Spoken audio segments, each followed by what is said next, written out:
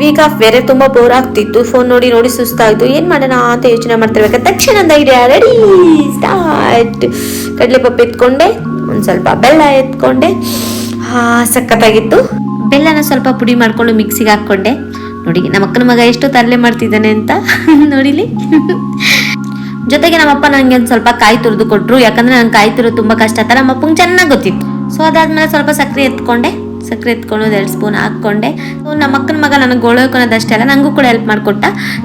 ಏನೇನು ಬೇಕು ಎಲ್ಲ ಹಾಕೊಂಡು ಚೆನ್ನಾಗಿ ಮಿಕ್ಸ್ ಮಾಡ್ಕೊಂಡೆ.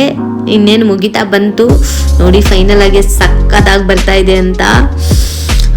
ಸ್ಮೆಲ್ ಅಂತೂ ತುಂಬಾ ಚೆನ್ನಾಗಿ ಬರ್ತಾ ಇತ್ತು. ಅದೇ ಖುಷಿಯಲ್ಲಿ ಎಲ್ರಿಗೂ ಕೊಟ್ಟೆ, ತುಂಬಾ ಚೆನ್ನಾಗಿದೆ ಅಂತ ಹೇಳಿದ್ರು. ತುಂಬಾ ಚೆನ್ನಾಗಿ ಬಂದಿತ್ತು. ಸೊ ನೀವು ಕೂಡ ಟ್ರೈ ಮಾಡಿ. ಇದ್ರ ಹೆಸರು ಬಂದ್ಬಿಟ್ಟು ಕರ್ಜೆಕಾಯಿ. ಓಕೆ, ಬಾಯ್.